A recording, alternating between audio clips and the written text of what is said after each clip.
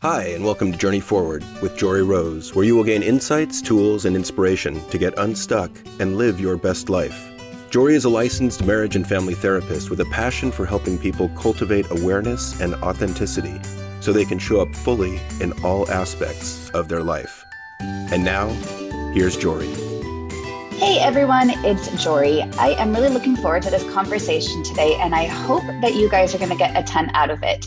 I have my guest is my fiance, Dr. John Schinnerer, who is host of the podcast, The Evolved Caveman. If you haven't listened to any of his episodes yet, I highly recommend it. He is doing amazing work, teaching men the skills of how to be happier in all aspects of their life, which means teaching them tools of emotional awareness so they can be successful not only in their careers, but ultimately in their relationships as well. We delve deep into the topics of core beliefs, world beliefs, which are different, and you'll get the difference in understanding that as you listen, and mindsets, and hopefully understand why all of this matters. So thanks so much for tuning in today, and enjoy the episode. We wanted to talk a little bit about this new research on core beliefs and more specifically primal world beliefs. So, John, this is something that I know you've been really, really excited about in reading some new research around. And I know that you and I have had some pretty insightful and what we would probably nerd out from maybe others' perspective. Oh, definitely nerd out. But have some, really fascinating conversations around. So I think core beliefs seem like one of those things that seem pretty obvious what it means, but specifically in the research that you've been reading about, how would you define primal core beliefs? What exactly does that mean? Well, there's two different phrases. One's core beliefs, one's primal world beliefs. And I'm still trying to make sense of all this, so I'm not sure I have all the answers. Okay, so let's just narrow that down. So core beliefs versus primal world beliefs. Correct. So let's start off with that. What would be the difference between a core belief and a primal world belief? So let me go into core beliefs first, because that's a little bit bigger. But core beliefs are the deepest layer of how we see ourselves, other people, and the world. They're generally learned, so they could come from your family of origin. They could come from experience. I think often what I've been looking at that kind of excites me about this is looking at how these core beliefs get altered over time due to traumatic events. Okay. So let's just reiterate that. So core beliefs are about others, self, and the world. And do you think it's possible that these core beliefs you just said that they get altered through traumatic events. Is the opposite to be true as well, that they could be changed from positive events? I think so. I think that that's what we're shooting for, is how to heal them and arrive at more functional core beliefs, ones that support us and our happiness. Okay, fantastic. So let's delve into self, world, and others. Okay. But one of the things that thrills the hell out of me about these is I believe that they affect our beliefs, our feelings, and our actions. Absolutely. And one that we're going to get to in a minute later, yes, which is like thoughts and mindsets, because that's going to be a big piece we're going to try to pick apart. And I just want to preface you guys who are listening right now. A lot of this conversation is going to be rooted in the research, but as we ask each other questions and talk about it, we don't necessarily have the answers. Nor do we know where this is going. And this is just what feels to me. So we'll clarify for you how it feels for you, but it feels to me like a really nice framework to be able to make sense of either A, how did I get to be how I am? What are the patterns of my beliefs? And then based on either trauma or something positive, how might those change over time? Would you agree that maybe that's why this matters? Well, because I agree. This is exciting, but I want to know people to know, why does this matter? Also, I see these patterns in so many clients over the past 2.5 decades that, you can see certain core beliefs in people that are depressed. You can see certain core beliefs in people that are anxious. You can see certain core beliefs in people that are struggling with dating or struggling in a marriage or struggling to make money. So everything that is fundamental to what we need to be successful and happy is girded or undergirded by these beliefs. They can hamstring us or they can help us. Okay, fascinating. So why don't you tell us a little bit more of the what you wanted to first go into? So just a little bit more about core beliefs. They can be strongly held and they're rigid. And one of the questions I don't know, which I think you wanted to ask, is I don't know how easy they are to change. Okay. I think that's still an open question. That might be a core belief in and of itself about core beliefs. Right. Have a growth mindset about core beliefs. Do I believe my core beliefs can change? But what we know is that they're so strongly held is that sometimes for many people that objective information can be ignored if it contradicts the core belief. Fascinating. So kind of like, would it be saying a core belief is like the lens through which you might see the world? Exactly. Okay. And to that end, I mean, negative core beliefs, particularly those about self, are often untrue, although they feel true. Right. So make the distinction in your mind between kind of thought and emotion. Or even it's like that scene in Inside Out where the different crates get toppled over on the train of thoughts of facts and opinions. Yeah, they get jumbled. Yeah. So if you have a negative view of yourself, you might take what is considered to be an opinion as a fact. Right. And so one of the things we're going to try and do is break this down and make it very concrete for you, because I know this gets a little bit vague and abstract. So one of the places that I wanted to go quickly off the bat is just give you some examples of some common harmful core beliefs at each of those three levels. So for self, this is pretty easy, right? Like, I am weak. I think one of my core beliefs back in my early 30s is I'm a dumbass, which, I'm an idiot. I'm not smart.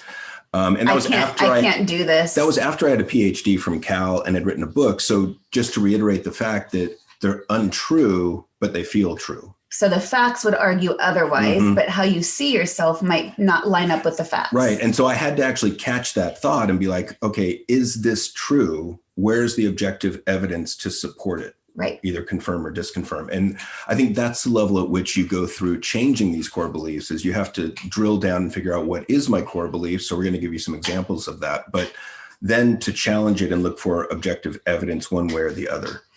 So I had some negative core beliefs in my early 30s, which was I'm not capable. I'm not strong. I'm not independent. I can't do things on my own. And that core belief held me back for a really long time. Kind of blew those out of the water, didn't you? Well, it took a long time, but and so did you. I mean, right? I mean, this is partly why we're giving these negative old stories. And I think that's also why they excite me and why I want to share them, is because I've seen a lot of these in myself and I've changed them throughout the years, and it makes a huge freaking difference. Yeah, huge. So in a couple other harmful core beliefs about self, the wording's clunky. It's a lot of words. So I am unlovable. I'm going to die alone, or I will end up alone if you're dating. I'm not worthy. I am bad. I am worthless. Yeah. And it's shame. funny because I've never heard the thought in my head, I'm unworthy or I'm worthless. And yet that it's been there at some level impacting me kind of in relationships. So it's interesting to me that while the wording isn't quite specific there, the belief was there. The sentiment, It was deep. Those might not be the words you would say in your head, but that didn't mean that it was holding you back in some capacity. Wayne and Garth, we're not worthy in front of Alice Cooper. Okay, so another level is others. What do you believe about other people? So, and this is all over the map, right? People are idiots, people are assholes, people are mean, people are dishonest, people are going to hurt me. And especially with that one, people are going to hurt me, you can really see where the trauma can come up and bite you. Right. So in the last level is world, and we'll get a little bit more into this. But and just a reminder what we're saying. These are the negative ones. Right. These are the harmful ones. Harmful core beliefs. So world is dangerous. World is boring. Sounds like a lot of teenagers I've worked with. The world is unsafe to be out. And that was one of my huge ones. I mean, this one was so huge for me. Talk about holding me back. I really believed the world was an unsafe place. Well, and it's interesting because with COVID, that belief is not untrue anymore. To some extent, the world is less safe than it was over a year ago. Can we hold the COVID comments till the end? Sure. Because there's a whole bunch that I want to be able to bring up around some really relevant COVID-related shifts people might have made in the past year. Okay, fair enough. But yes. And yes. Again, getting back to the excitement, and I don't want to spend too long on this, but those people who view the world as dangerous, miserable, fragile, unjust, ruthlessly competitive, a la, I think it was Rousseau that argued that. These people have been shown in studies to become more afraid of others, They've been shown to live in fear of germs, and they've been shown to more likely to mistakenly shoot unarmed people in split-second shooting simulations, which you can see. I mean, there's broad implications of this, even for our police, which I've worked with, first responders, police, SWAT, and we see this unfortunately a little bit more recently, right? Yeah.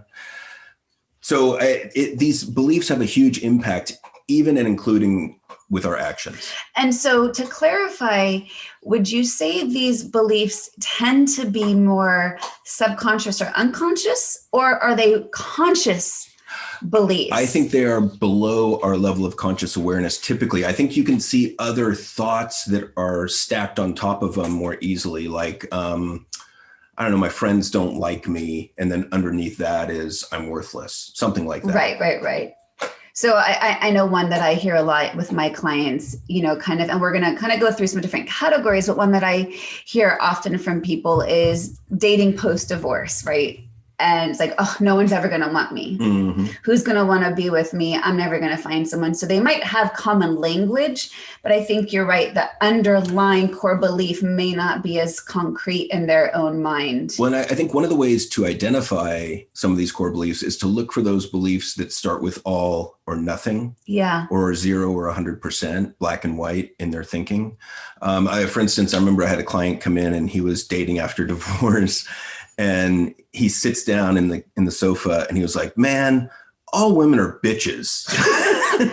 I just started laughing and I was like, so how's that core belief working for you in the dating world? Because my guess is it's not going too well. Yeah, because the lens through which he sees, he wouldn't even notice anyone who wasn't. It affects how he feels. It affects the micro expressions. It affects your nonverbal body cues. I mean, it affects everything. Well, and we know people who have really low self-esteem, their core belief might be no one's going to like me. So they might treat someone right off the bat defensively, argumentatively, put someone down because even before any interaction occurs. And remember what I said earlier, that these beliefs are somewhat resistant to new information. So you could get objective information and ignore it in order to keep your belief. So you could go on a date and there's a beautiful woman that's really kind and nurturing and compassionate, and you overlook all that and you're focusing on the negative and trying to confirm your belief that she's a bitch.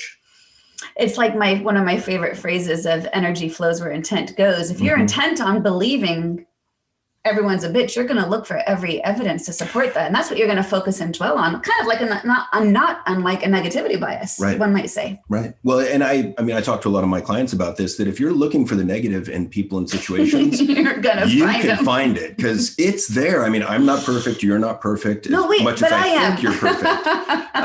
But it's, if you look for the positive, if you look for the good, you find that, you magnify that. And if you look for the bad, that's there as well. So we went through a handful of these harmful core beliefs. Can you just, because I'm the optimist, can you just name some positive core beliefs for people who don't really resonate with those negative ones? Sure. On the self level, I am worthy, I am smart, I am kind, I am caring, I am persevering, I'm determined. I'm capable. I'm strong, I'm resilient. Yeah.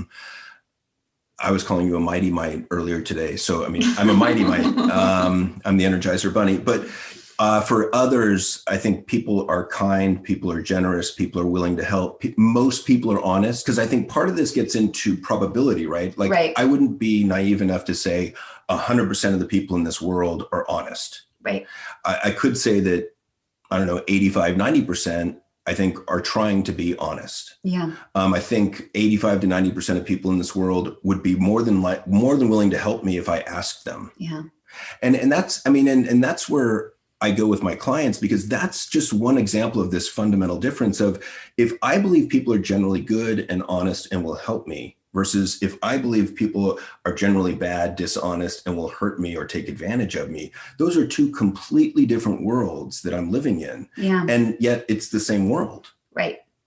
And that's where it gets exciting to me, that we're in the same environment, but we can come away with radically different interpretations, which fuel our actions in completely different ways. Right. And then just the one we didn't mention yet was about the world. World is safe. World is, interesting. One of the ones that I would say for that is a question I see a lot of my clients getting stuck on is whether or not the belief the universe has my back. So where would that fit in? Would that be a positive one? Yeah, for the definitely. world? I think there's, the world is intentional versus unintentional, that things happen for a purpose or reason. Now, this is kind of splitting hairs, right? Because we've talked about this before, that you like to look for meaning and symbols in things, which is, one of the core beliefs is the world is meaningful. And yet I think it serves us to look for meaning where the meaning is more positive versus, where the world is more negative. For example, you had a diamond fall out of your engagement ring. And if you wanted to, you could look for symbolic meaning in that, like, oh man, me and John aren't doing very well. But I'm not sure that serves us. And when I was at the end of my marriage, I had a couple of diamonds fall out of my wedding band. So similar situation. The exact same thing happened, but my interpretation of the two events were very different. So I might have taken meaning away, but the interpretation was not the same. And so that's where I think we need some flexibility and to learn to skew towards the positive a little bit. Yeah. So that's. Okay. We could nerd out on this for a long time. So moving on. Okay. So we covered the core beliefs. We covered some harmful and some positive, because I'm the internal optimist. So I want to make sure we're getting the positive ones in there as well. What are some primal world beliefs? So the reason, and this research on primal world beliefs is really new, like last 2 years new, which is brand spanking in the research world. But it's research by Jeremy Clifton, and his dad did a lot of great work at Gallup, and I think Jeremy is at Gallup as well. But the reason they went here was there was research that's been done on core beliefs about self, core beliefs about others, but very little, if none at all, about core beliefs about the world. And so they set out to create an assessment to look at what are the different areas that we can have beliefs about as far as the world goes. And they found 26 different beliefs. Wow. That are universal? Yeah, that exist across people. Okay. And cultures. I believe these are quite powerful. Now, I don't know about cultures. I mean, that'd be interesting too. So maybe we need to qualify. Again, I think this research is a little bit new, but definitely across the US. Okay. So the main difference is, do you believe the world is good, or do you believe the world is bad, or somewhere in between? That's the overarching question. And that's broken up into what they call the big three secondary primals. And so the one primary is the world good or bad? Good or bad, yep. Is the universe have my back, or the universe is out to get me? Yep. Got it. And you can see where this drives traits like optimism and pessimism or neuroticism. Anger, anxiety. Absolutely. And so this one belief or this one question is divided into three other questions. One, is the world safe or dangerous? Two, is the world enticing or dull? Three, is the world alive versus mechanistic? Can you go into a little bit more of each one of those? Sure. So safe versus dangerous is the belief that the world is typically safe, comfortable, stable, fair, and benign. There is rarely cause for alarm. So you can see where anxious people do not have that belief. They look at the world as dangerous.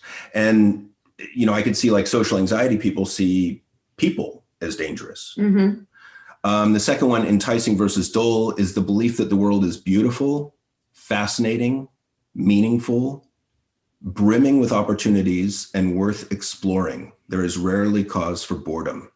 So you can see where teenagers see the world as dull, right? Oh, it's so boring. Math, I hate reading. Well, but the thing that makes me, the one word, as you read that came to my mind is the word awe. Do I have the ability to see awe even in the mundane? Yeah, and there's more and more research on awe showing that it's extremely good for creativity, innovation. It reduces your heart rate, your pulse down to a resting, relaxed level.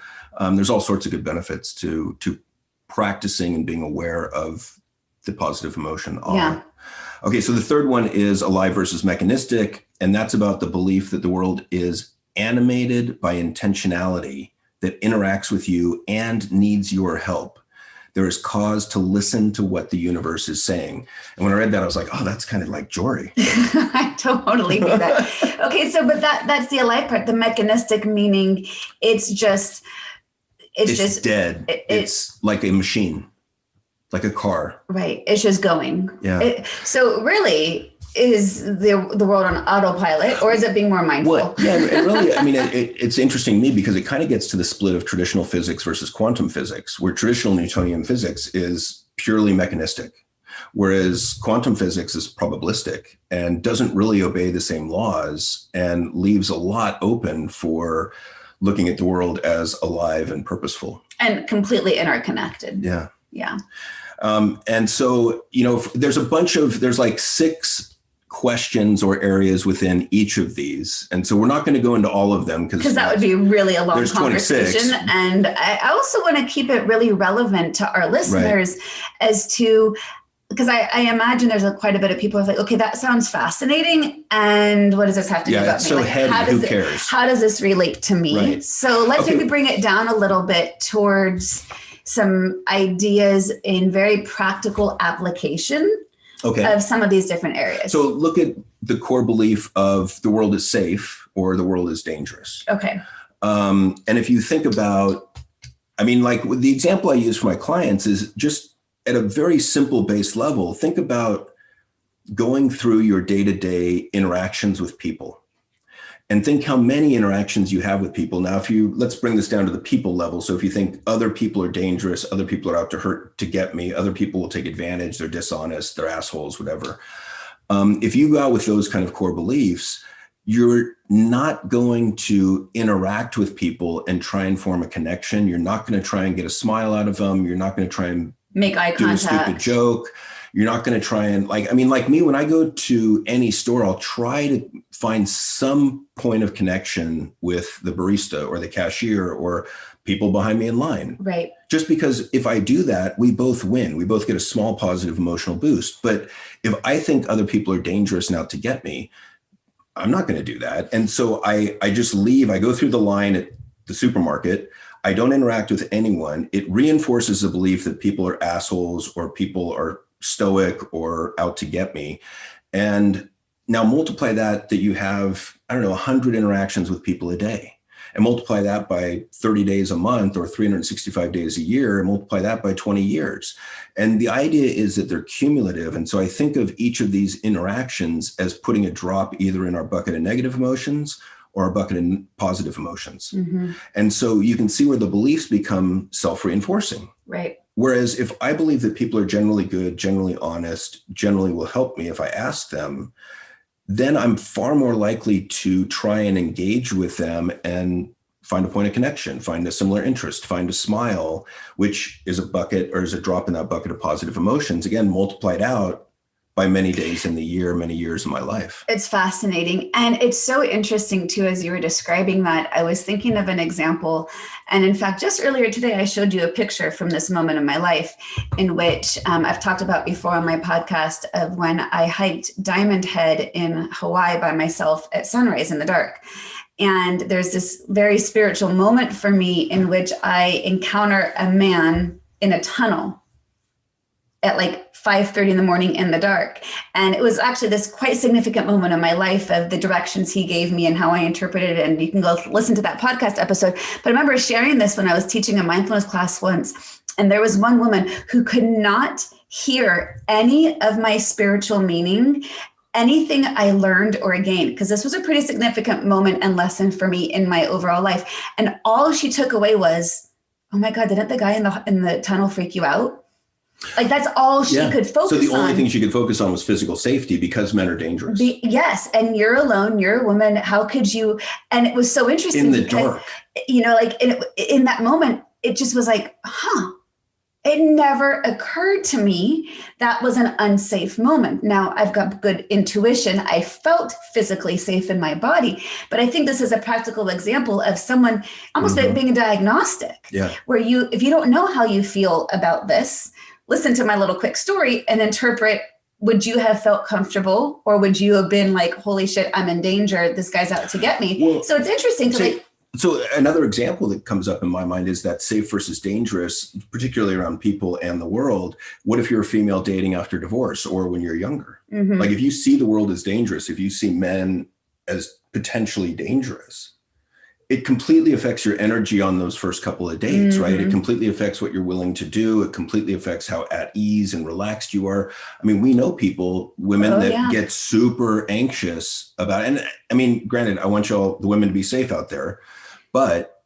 I think that this level of core beliefs really dramatically impacts this subtle energy. It's huge. The way the conversation goes. I don't know how many first dates I went on after my divorce. Let's just pick a random number, 25, 50. I really don't know. What I do know, I had 2 people pick me up at my house on a first date. It felt very chivalrous to me. I talked to them beforehand. It felt safe. But I remember some girlfriends being like, oh, they know where you live? I can't believe you did. And I'm a fairly trusting person until I have a reason to have mistrust. And it's just, again, diagnostic as a story to tell to see what people's immediate response is. Now, I wouldn't have done that with everybody. Right. I did that very discerningly, but it was still a massive shock to some of my women friends to say, like, so, and I can see though also, so let's talk about how trauma impacts these beliefs. So let's say you're a woman and you're dating and God forbid someone gets raped. Yes. Like you can see where that's going to shift. If you believe that at that point that men are basically good and chivalrous, really high probability that belief gets fundamentally altered to men are dangerous, be careful around them, men can't be trusted. Yes, to all of them, every situation. And so be aware for our listeners out there of the risk of overgeneralizing. And I think we overgeneralize when we have a very intense emotional situation that takes place. Right. Well, and the trauma piece, I told you this morning, I saw this great quote somebody had posted, and it said, our brains are wired for connection, and trauma rewires our brain for protection, which I thought was so beautifully succinct in the PTSD response that we get from trauma. And you could see how that's going to rewire our view, our outlook, our mindset, which we'll get to difference between mindset and core beliefs and world beliefs in a moment. But one of the definitions of trauma is that it's not so much about the event itself, it's about how the event changes your core beliefs about the world and others and yourself. Yeah. We're talking in circles, and I think it's awesome. Yeah, it's just, okay. So do we have an idea of kind of safe versus Yes, I think that was dangerous? Clear. Okay. Can I just add one more thing? Sure. Because I really want to help make this tangible. And I was raised in a family in which there was a lot of trauma, and the world belief was the world was not safe. And I fundamentally believed that. And it prevented me from even wanting to explore or travel. And I also want to get your opinion as we get through some of these is ways that we can overcome the harmful world beliefs or core beliefs that don't serve us. Because there was a point where I'm like, this is what I believe. And I really believed it, but I also knew it wasn't working for me. Yeah. And it was this dissonance between, I want to change that, but I'm not really sure how yet. So I just want to kind of put that in like little root marker for how do we do that? Absolutely. I'm looking around for my phone. There was something else I wanted to bring up, but let's go to abundance. Okay. Abundance versus scarcity. So in their language, it's abundant versus barren. But to me, I think of it as abundance versus scarcity. Yes. And I think their definition is the belief that the world is a promising place full of opportunities and resources. Now, I mean, we could take this to core beliefs about money. We could take it to core beliefs about dating. I think when, I've learned to really expand my definition of abundance. To me, abundance, the first thing that comes to mind is money, but I really have learned to understand abundance to be about opportunity, about possibility. And I see this coming up a lot in dating. And I know post-divorce, I at first believed in the scarcity mindset about dating. And I had to make a conscious choice to choose to believe in abundance around it. Yeah, and me as well. I think that when I was young, I thought there was one person in the world that I was supposed to fall in love with. And as I got older, I was like, wait, that's complete bullshit. Like, what if the person that I was supposed to fall in love with, the other half of my soul, grew up in China and I never met her?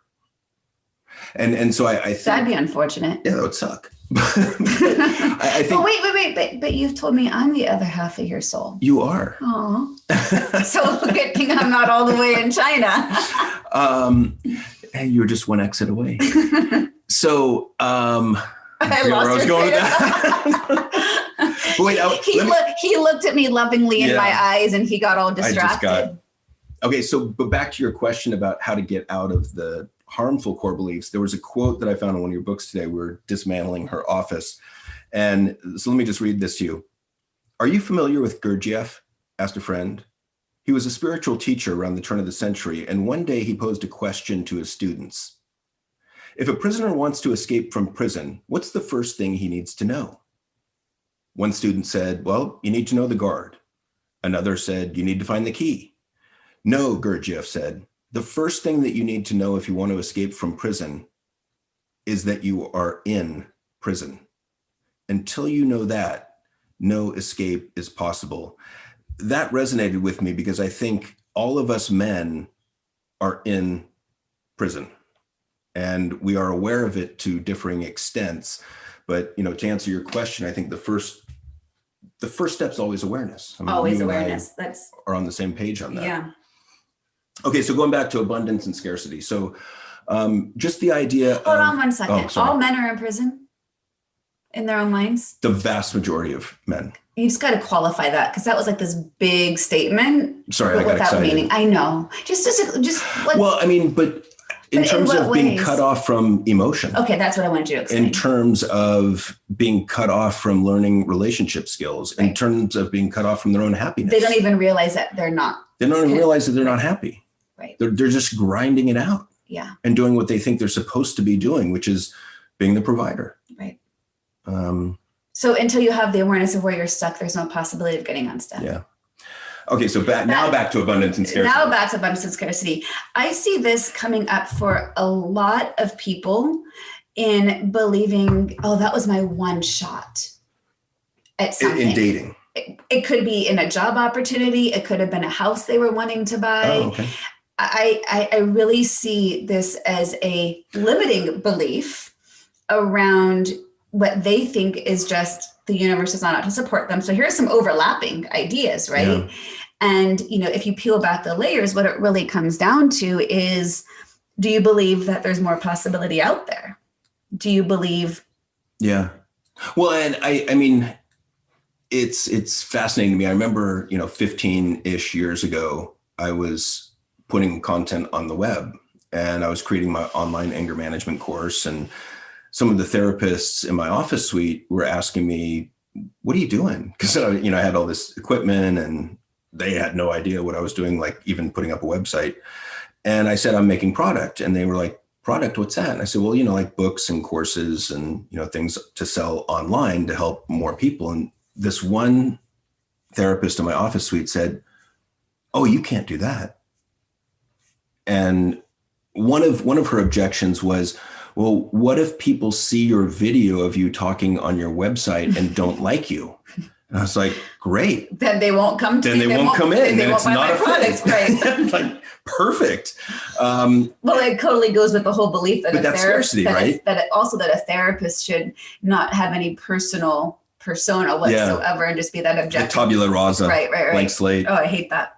I'm so not that. Neither are you. And so that's the example of abundance versus scarcity, right? That there's a limited number of people out there who are willing to come in as clients versus there's millions of people out there. Well, and this is something that I've been working with as I shift my business model and as I'm shifting how I'm showing up in the world. And I say that intentionally because it's not just a matter of, oh, my potential clients are the ones who can come into my office here in Danville, California. It is now, I have unlimited number of potential clients because it is in the world. Well, you're limited to the world. Well, that's fine. I don't want There's no Martian clients. You know what? I'm not sure they want to work with me. Okay. Well, it might be different goals. That's really bad humor. But it's a mindset around, okay, so we're going to, no, is it a belief or mindset? Okay, I need to ask you the question. After we go through this third area, that I want to cover on some of these world beliefs. I really am stuck on how we want to define the difference between mindset and core beliefs or world beliefs. Okay, I'm not sure I have the answer, but I'll give you my that's fine. thoughts. I'd like at least your opinion, so we can at least have conversation around it. So just to reiterate, we've covered safe versus dangerous. We've covered abundance versus what we're calling scarcity. And what would be another one? Because that we often might see some of our clients. Because again, there's 26 of these. We're just trying to pick out the highlights. So another one would be changing versus static. That the world the is belief changing. That instead of constancy, the world is defined by flux. And one of the things that's like the fundamental belief of Buddhism of impermanence. Right. Well, and that's where I was going to also non-attachment with that abundance versus scarcity, right? If I'm really attached to this one house, I don't believe that there's dozens of houses out there that could be perfect for me. If I'm attached to this one person romantically, I don't believe that there's thousands of people out there that I could potentially love. Well, you and I struggle around with non-attachment with each other. Yeah, well, a little different. But anyway, so changing versus static. And I see, I saw a lot of clients struggle with this at the beginning of COVID. Yes. Where they could not, their thinking was so rigid. And we know that psychological flexibility is a hallmark of mental health. So psychological rigidity is on the opposite of that. So if you're really rigid in your thinking and your beliefs, then you really struggle with a changing world. And I would argue that the one thing in the world that is constant and true is that shit's going to change. Right. Well, and, we can even just look at this from the cycle of the seasons. I mean, right now we're in the middle of spring. We're literally out of a stick, new flowers are blooming. It is constantly changing. So nature gives us this reminder every single day. Well, how about this one? How about if you're in a relationship with your partner and your partner is not into change, they're into being static, and they're like, love me as I am. I don't need to grow. Is that a personal question you're asking me? I don't know. I'm just saying that maybe there was a story. Well, there's always stories. And, you kind of stumped me at what to say. So thanks for that. I will say I value that you and I in our current relationship are in belief that change is always going to happen. I think change is inevitable, and actually I choose to interpret change as good. I may not like it. Now, this is always it's uncomfortable, right? And it's difficult at times. To accept it doesn't mean you always have to like it. It just means that you accept what's there. But people often ask us when we do couples work, like, how do I know this is a relationship worth staying in? And the stock answer we will say first is the person's belief in growth. Growth mindset about relationship in particular. Yeah. And I think this. Now, why is that? Before you move on.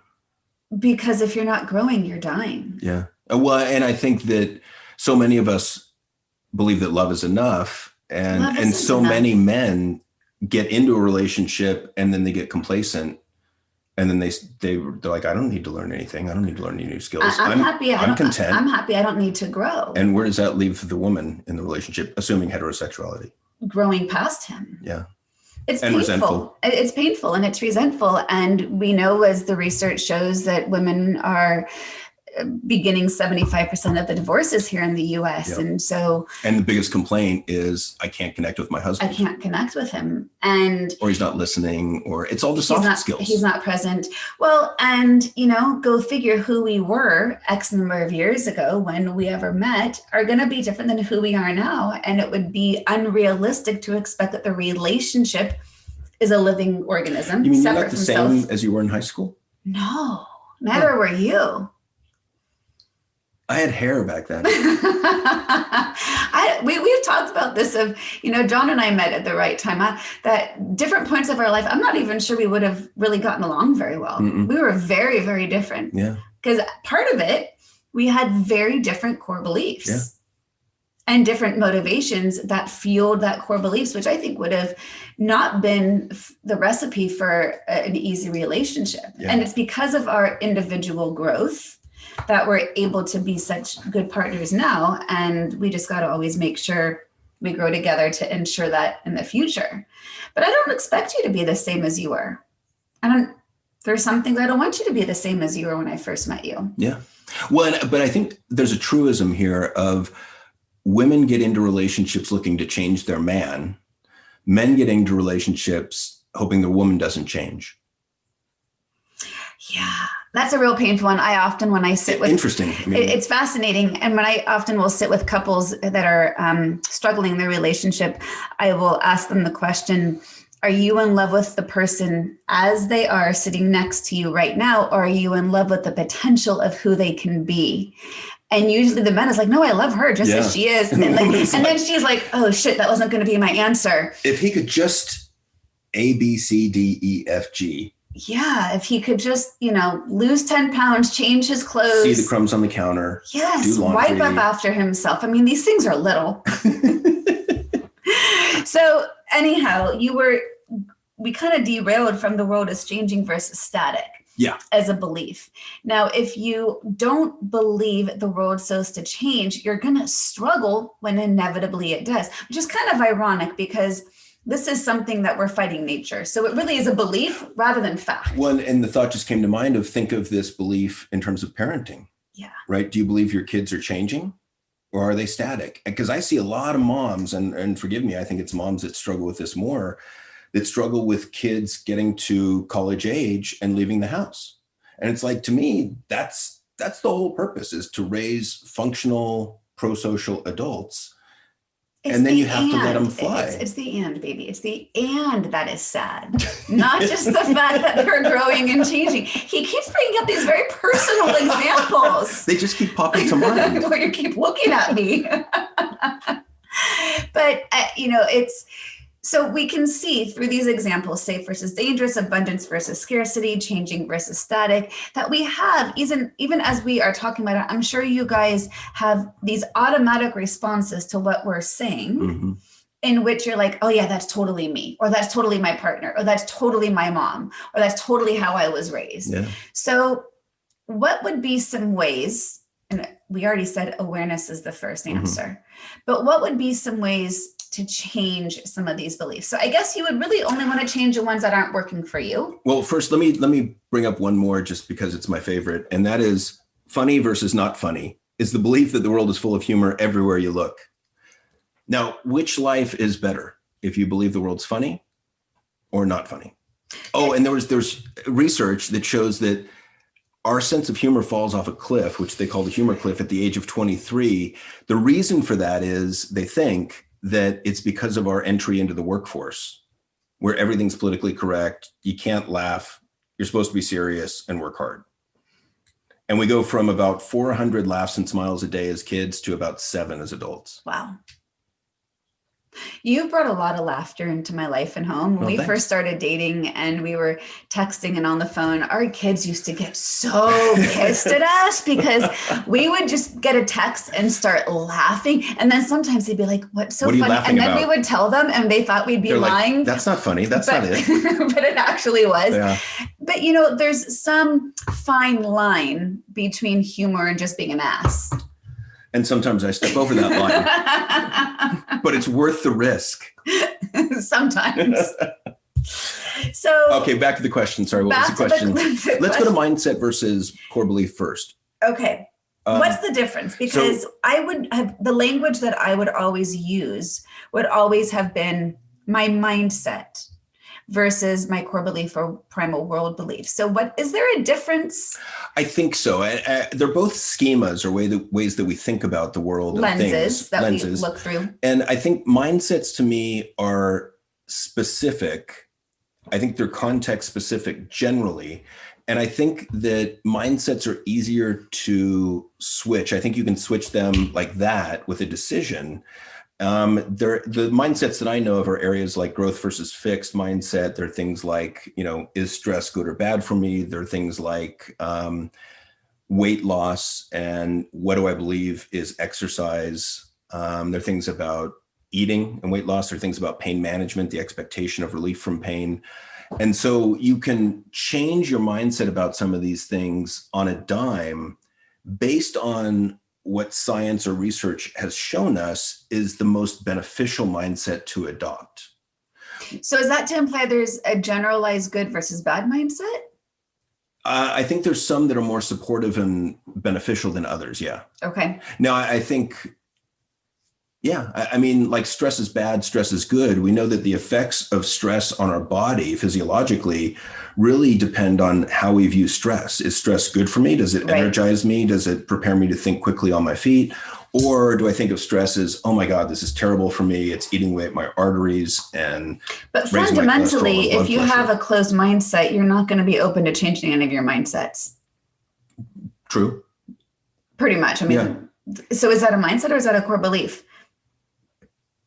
I think that's probably more of a core belief because that's more overarching. So that might fall into the world belief of changing versus static. Yeah. So if let's so here's where we're going to get kind of nuanced. I have to pause as I think clearly about this. So if I have a closed mindset, if I peel back the layers of that, what I really have is a world primal belief that change is not possible, which means that primal world belief that the world is static. Is that would you say? Because I think you can bring that world belief down to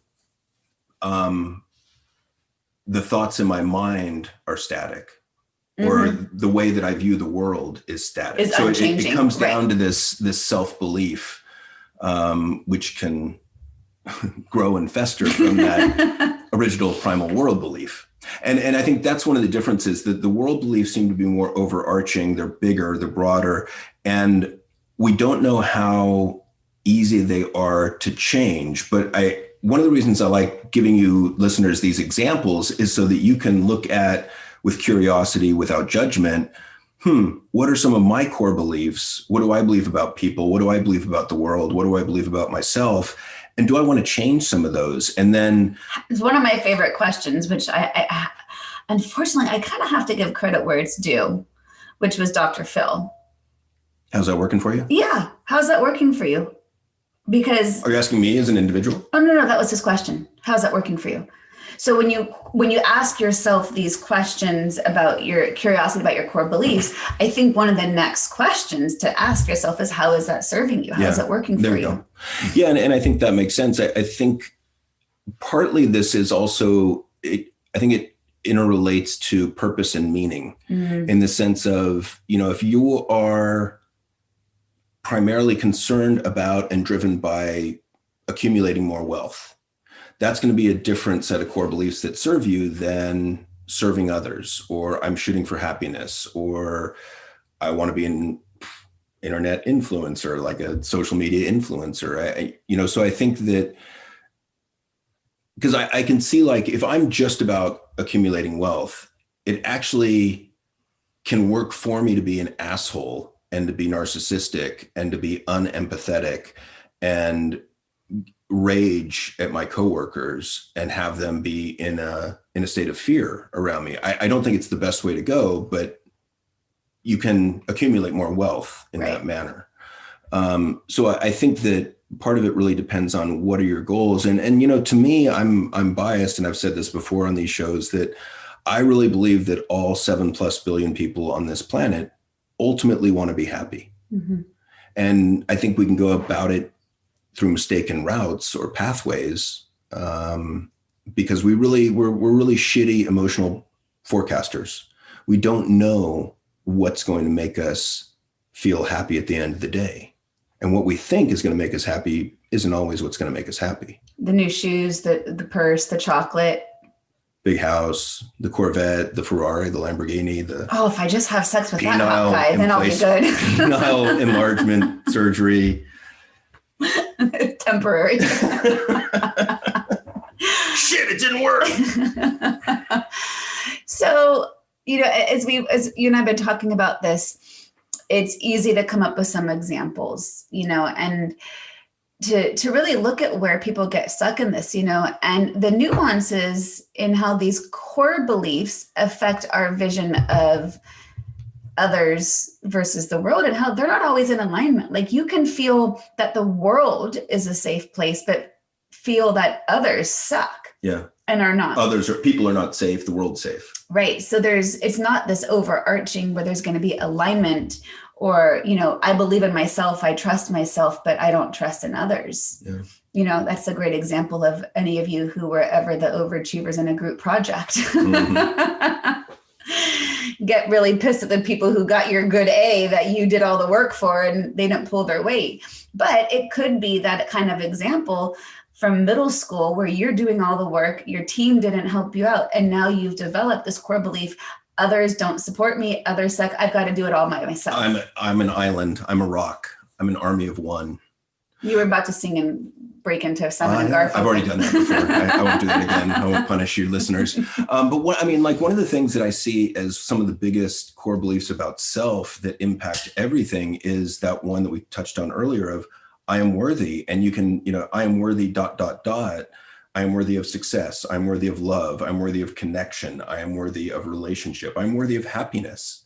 And, as I said before, I never heard I'm worthless or I am unworthy. And yet I think that sentiment was knocking around in my head at some level. So I think that some of this is maybe preemptive. Like I don't need to look for the thought I am unworthy to know that because of my behavior, because of some of my emotional reactions, it's still there. Mm-hmm. And so maybe, you were talking about how to change these. I think part of it is catching the thoughts, but the thoughts may not always be there in the format that we think they're going to be. So maybe you have to look at actions or other people's reactions too, right, and get really curious about that. And then I think part of it's unlearning and relearning, reprogramming the mind. So, even simple stuff like writing some new core beliefs on a Post-it note and putting it on your laptop, putting it on your bathroom mirror, listening to loving kindness or like a self-compassionate meditation that has these thoughts, may I feel worthy, may I feel happy, may I be healthy. Mm-hmm. And it's funny, I had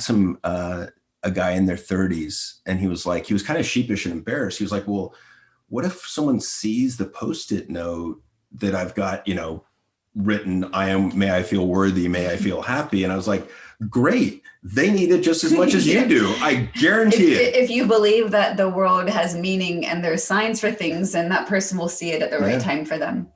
One of the things that we haven't mentioned yet, and I think it's relevant in my mind because it's something that I had to overcome personally, but so in the language that I always talk about in my work and my frameworks with my clients is often we are stuck and our goal is to get unstuck, right? That's what the journey forward is all about.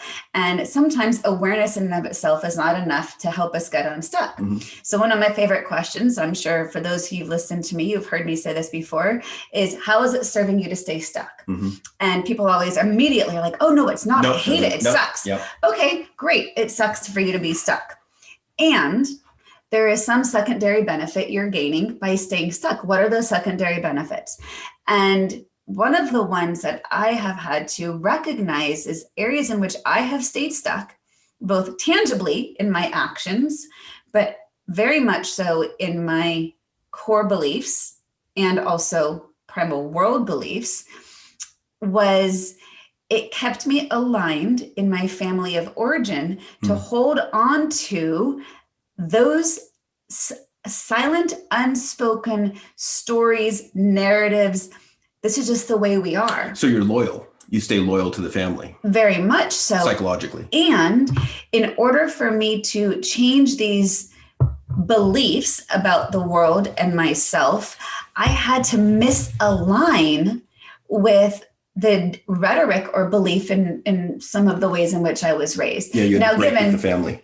I had to cut those energetic mindset ties, which felt disloyal and felt what gives me the right. That's like a little bit of the core beliefs in there.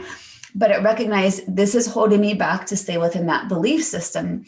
Now, of course, I didn't over a family meal be like, hey guys, I'm changing, just so you know, I'm changing the way I think about the world past the salt. Yeah. Right. So I didn't have to do this out loud, although I doubt there are any listening right now, but if they are, then great. But it's evidence in my actions too, that I am choosing to not let that core belief of the world is unsafe or scarce or the universe does not have my back belief system. So it was actual work. It was therapy. For me, it was energetic spiritual work. It was body work because I was recognizing where I was staying stuck in my career, in my body, in my thoughts, in my physical way I even felt. Easier said than done. Yeah. And that's why the hypothesis right now is that changing these core beliefs or these primal world beliefs does take a little bit of work. So I don't want to, lead you down a primrose path and say that this is as easy as a decision, although I would love to think that that's the case. I don't think it's quite that easy. And I'm going to throw a whole other topic into the monkey wrench of this conversation, which is going to feel like a monkey wrench because it's adding one more layer. But what I wanted to add to that is when you know and you're in alignment with your values, it's probably easier to change one of these core beliefs. Yes, absolutely. That's just, we didn't talk about values, but I think it would be remiss to not mention this piece of how that can relate to this bigger picture of how we see the world is going to be based on some of our value sets. Yeah, there was one other piece, and I think this is one difference as well, that the world beliefs, the primal world beliefs, may or may not be positive and supportive and unsocial, whereas the mindsets seem to be either positive and supportive or less so. Okay. And the example that I give is the just versus unjust. To what extent do you believe the world is a just place and justice comes to those who deserve it? But if you believe that the world is just, you can connect to positive outcomes very easily, such as kindness or hard work or effort. Yet you can also connect to some negative outcomes as well, such as blaming the victim for what happened. So in other words, if someone gets robbed and you think the world is just and you're blindly kind of adhering to that world belief, then you may think, well, that person deserved to be robbed because that would be just. So it's a little bit of like kind of the belief in karma, it feels like. Yeah. But I don't think that's... Well, and we know karma is just cause and effect. It's not necessarily about magical thinking of what was deserved necessarily. So that was another difference that I want to bring up. Well, I feel like on some level we could keep talking about this for hours. Oh, we just scratched the surface. And I hope for you guys listening that you found value in your own curiosity around, at the very simplest, I would love for you to have the takeaway of just taking a moment and considering, what are my core beliefs about myself? What do I believe about others? What do I believe about the world? And as far as the primal world beliefs, we only mentioned 3 of the 26 categories. There's a lot there. But we chose these ones to talk about because we see these are the ones that come up most frequently in our work with clients. Safe versus dangerous, abundance versus scarcity, change versus static. Funny versus not funny. So, just to consider, where do you fall in line with that as who you are, maybe your habits, your patterns, and really take a second and consider, how are all of these serving you, and recognize the areas in which you're feeling stuck that maybe these underlying belief systems could be what's holding you back. Yeah, I really believe these are foundational. I believe these are really important. As I said, they affect thought, feeling, and behavior. I think a lot of these you pick up from your family of origin. So you can one of the ways you can discern what are your core beliefs is by looking back at what were your parents' core beliefs, like around money. Did money grow on trees? Was money scarce? Are we deserving of money? Yeah. Is money easy to come by? Is it energy? What are some of these beliefs that you grew up with? And then looking at whatever traumas you might have had in your life and how that might have impacted some of these beliefs as well. Yeah, I can just say personally, I have actively worked really, really hard to overcome the beliefs that did not serve me. And it wasn't easy. It cost me some relationships, but ultimately I was in highest service to me in relationship to myself. And it did not happen overnight. And it came through a great amount of introspection, shifting my narrative, practice, feeling like it's not possible, and then looking for evidence to see where I had the growth. And I just want to share that because, John and I both, I think, hold great value in growth and change. And we've done a lot of it individually, and we've done it as a couple together as well in our relationship. And it's not easy. And it's possible. Yeah. Well, I've loved having this conversation. It's been amazing. Thank you so much for allowing me to ask you the differentiations between these questions, because even as we keep talking through them, the reason I keep repeating it so much is really for myself, not for the listeners. Yeah. So if it felt like I kept reiterating things, that was really to help differentiate them in my own mind so I can gain greater clarity and therefore awareness around them. Yeah. And so thank you so much for listening. And we are hopeful that, when the need arises, the teacher will appear. So hopefully this topic, this lesson will serve you. Yeah. All right, you guys, thanks so much for tuning in today. Take care and be well. Bye-bye. To continue your journey forward, find Jory Rose on Facebook and Instagram to become part of her growing community. You can also gain access to her meditations, books, online classes, or to sign up for an upcoming retreat. Visit her at joryrose.com. That's JOREEROSE.com.